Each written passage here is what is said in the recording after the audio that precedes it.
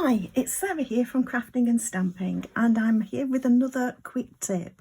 And my tip today is about creating a centre sentiment for a wreath. Now I'm using this holly wreath here from the die set. Let me just bring up the dies that I'm using to show you. It's actually part of a set of wreath dies. Let me get that. Here we go. The seasonal swirls. And you can see that we've got the holly one that I'm using now, and one with some little leaves that could be any time of year, and ones with stars. Now this method will work with all of them, but I wanted to show you this holly wreath one. Now one option that you can aim for with this is to take the layering circles and decide which size circle would best fit behind your wreath. And you could die cut a centre from that, stamp your sentiment, and then pop it on your card and pop the wreath over the top. But that can make it a little bit difficult to balance this wreath. One of the reasons for that is that although it is a circular wreath, it's not a symmetrical circular. You can see that we've got some extra space in some areas, and it won't fit exactly onto a circle. We could go one down, and that would fit fairly well, but you're still going to have some bits that overhang, etc. So one of the things that I like to do is to die cut my wreath from whatever I'm going to use. In this case I've got Evening Evergreen card, and then die cut it again, and you don't have to be so particular with this one as long as the central area is included. Die cut it again from whatever you're wanting to use. I've used Very Vanilla, but of course you can use Basic White if you prefer. Now one thing that you can do to try and check out the sentiment that you're going to use, I've got another of this wreath here, is just lay it over the top, except these images are at 90%, so that's something to just be careful of. You might need the actual stamp to just double check that it will fit within. Now I'm going to use this one.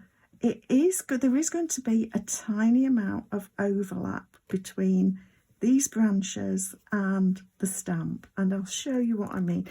So one of the things that I want to do is work out which way around I want this to be, and because I'm using photo polymer, I'm also going to want to pop this onto a mat. Now I've actually kept the outer bit on just to help keep the stamping a bit more balanced. If I was just using that interior part, the stamp could roll a little bit. So I'm going to grab my block, and I'm using there we go. I'm going to use Evening Evergreen, and we're going to get this stamped here. So get that stamped, and then I'm going to hover over the top, and I'm going to stamp this, like I say, so that it fits within that centre area. So we have got a little bit of overlap with this branch, and we're going to lose that, but I'm not too worried about that because I'm sure that people are still going to be able to read that says Happy Christmas, Joyful Christmas. So right, so I've done that so it's the right way up, as it were, for what I'm wanting, and I can now stick this in place. And I do think that a little bit of liquid glue will work a little bit better in this instance. I'll just put a few dots around the edges. So I want to make sure that this is on straight with my card front. So there we are. And now I can take my actual wreath from here and apply some little dots again of glue, just little bits here and there. You could, of course, if you wanted, use some adhesive sheet on the back of here if you want to be sure that it all sits nice and flat. The adhesive sheet is great for then turning this into a sticker that would adhere very easily. So all I need to now do is make this jigsaw puzzle fit, and I'm just basically going to adhere that into my centre like that. So there we've got a nice level card, not too many layers, though I'm going to add another one over the top here, but it's nice and flat for posting, and you've got your sentiment showing nicely in the middle there. So just thought I'd give that as an idea, a tip for being able to use your wreath dies.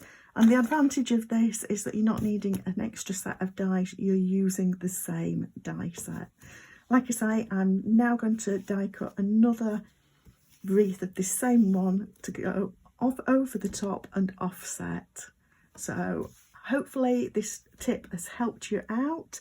Please subscribe below so that you get my top tips every Friday and quick cards on a Monday.